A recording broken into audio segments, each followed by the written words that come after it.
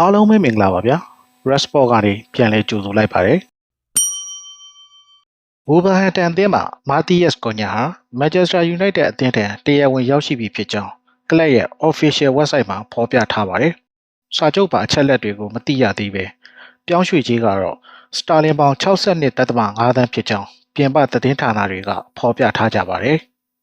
မာတီယက်စ်ကိုညာဟာအသက်26နှစ်အရွယ်ရှိပြီဖြစ်ပြီးအင်္ဂလန်စပိန်ဂျာမန်နဲ့ဆွစ်ဇာလန်ကလပ်တွေမှာကစားခဲ့ပူးပြီးပွဲပေါင်း290မှာ82ကိုသွင်းယူထားကြောင်းသိရပါတယ်။ဝိုဘာတန်အတင်းအတွက်တော့200ရာသီခွဲအတွင်း62ပွဲကစား33ကိုသွင်းယူထားကြောင်းဖော်ပြထားပါတယ်။လာမယ့်ရာသီမန်ချက်စတာယူနိုက်တက်အသင်းမှာခြေစွမ်းပြနိုင်မလားဆိုတာတော့စောင့်ကြည့်ရမယ်ဗျာ။တစ်ဆက်တည်းမှာပဲ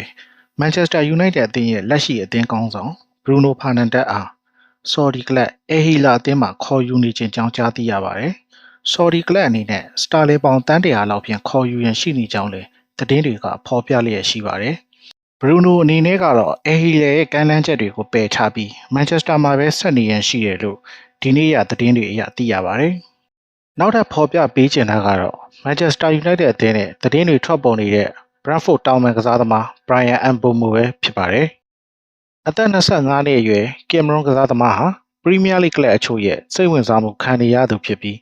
ကစားသမားအနေနဲ့ကတော့မန်ချက်စတာယူနိုက်တက်ဟာသူ့ရဲ့ဦးစားပေးအသင်းဖြစ်တယ်လို့သတင်းတွေကဖော်ပြလာပါတယ်။ဒီလိုအသင်းပေါ်ဆရာထက်သန်မှုရှိတဲ့ကစားသမားကိုမန်ချက်စတာဘက်မှလည်းစိတ်ဝင်စားနေပြီးကလပ်နှစ်သင်းကြားဆွေးနွေးမှုတွေလည်းမကြာခင်စတင်နိုင်တော့မှာဖြစ်ပါတယ်။အမ်ဘိုမိုဟာဘရန့်ဖို့အသင်းအတွက်ပြိုင်ပွဲစုံ42ပွဲကစား20ဂိုးသွင်း10လုံး assist လုပ်ထားနိုင်ခဲ့ပါတယ်။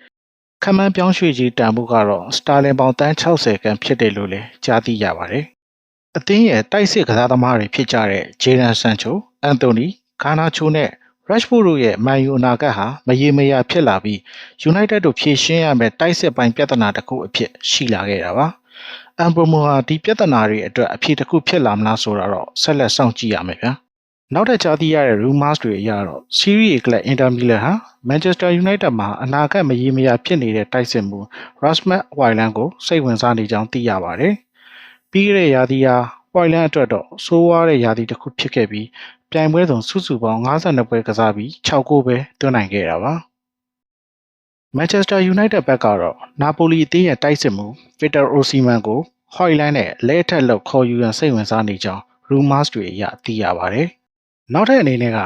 အသင်းကြီးပြအမိုရင်ဟာပေါ်တူဂီကလပ်စပိုတင်းစီပီမှာတိုက်စစ်မှုဗစ်တာယော့ခရက်ကိုခေါ်ယူရန်စိတ်ဝင်စားနေကြောင်းကြားသိရပါတယ်။ဥရောပအသင်းအတော်များများမျက်စိကျနေတဲ့ဒီတိုက်စစ်မှုရဲ့ခံမှန်းပြောင်းရွှေ့ခြင်းကတော့ရူရို85တန်းခန့်လို့သတင်းတွေကဖော်ပြထားပါတယ်။ပြီးခဲ့တဲ့ရာသီစွမ်းဆောင်ရည်အနေနဲ့ယော့ခရက်ရှာစပိုတင်းအတွက်58ကိုသွင်း12လုံး assist လုပ်ထားနိုင်ပါတယ်။ဒီပြရေးအမိုရင်အနေနဲ့လည်းစပိုတင်းမှာအလုပ်အတူတူတွဲလုပ်ခဲ့မှုတဲ့ယော့ခရက်ကိုမန်ချက်စတာကိုရောက်အောင်ခေါ်ယူနိုင်မလားဆိုတာကိုတော့စောင့်ကြည့်ရမယ်ဗျာ။ပရီးမီးယားလိဂ်ကလပ်ဖုံးမောင်အသင်းရဲ့တောင်မန်ကစားသမားအန်ဒရိုင်းဆမ်မညိုကိုလည်းမန်ချက်စတာယူနိုက်တက်မှခေါ်ယူရန်စိတ်ဝင်စားလျက်ရှိကြောင်းသတင်းတွေကဖော်ပြထားပါတယ်။ဆမ်မညိုဟာ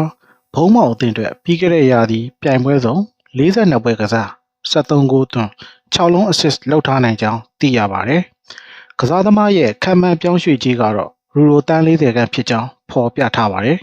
။မန်ချက်စတာယူနိုက်တက်အသင်းဟာလက်ရှိကိုယ်သမားအိုနာနာကိုလည်းရောင်းထုတ်ရန်စီစဉ်နေပြီးအိုနာနာရဲ့နေရာကိုစပိန်ကလပ်အက်စပန်ညောမှာကိုယ်သမားယူရန်ကာစီယာနဲ့အစားထိုးရန်စီစဉ်နေကြောင်းကြားသိရပါတယ်